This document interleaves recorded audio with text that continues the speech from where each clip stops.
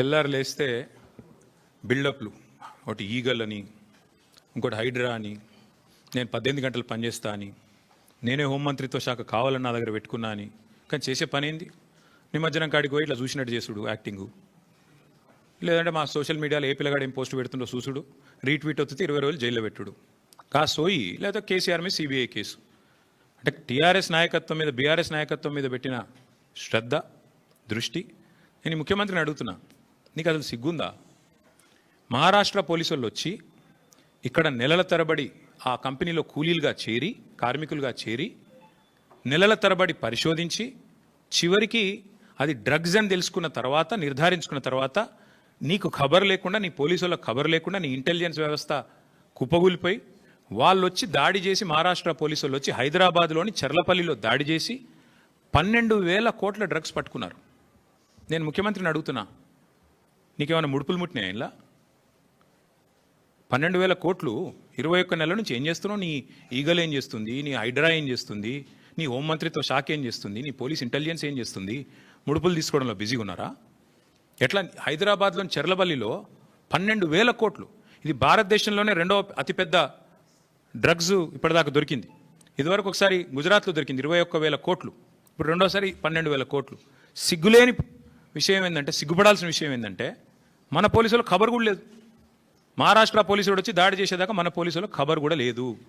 ముఖ్యమంత్రి గారికి ముడుపులు అందినాయి అనేది నా అనుమానం. అందుకే చూస్తున్నట్టు వేయండేమో, లేదా ముఖ్యమంత్రి బిజీగా ఉన్నాడేమో.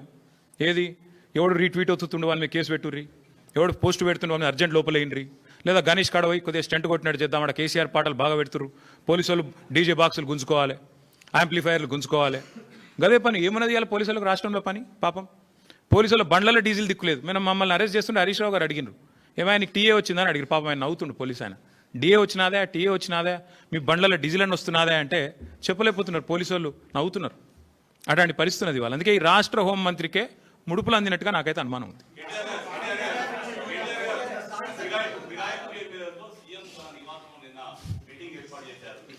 మీరు ఎన్ని బాంబులు ఒకేసారి ఆడితే ఎట్లా? అయితే బ్రదర్ సింపుల్, ఇందులో ఏం చర్చ చేయాల్సిన అంశం కూడా ఏం లేదు. వాస్తవం ఏంటంటే already the PCC president has turned approver.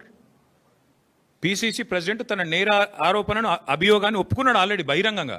Oh TV చర్చలో పీసీసీ ప్రెసిడెంట్ గారిని అడిగినారు, ఏమండి ఎమ్మెల్యేలు చేరినారు అంటే, అవును చేరినారు మా కాంగ్రెస్ పార్టీలో అని చెప్పిండు. ఇక నేరాంగీకారం జరిగిన తర్వాత విచారణ ఎందుకు? ఇంకా చేసేదేముంది? PCC president has turned approver.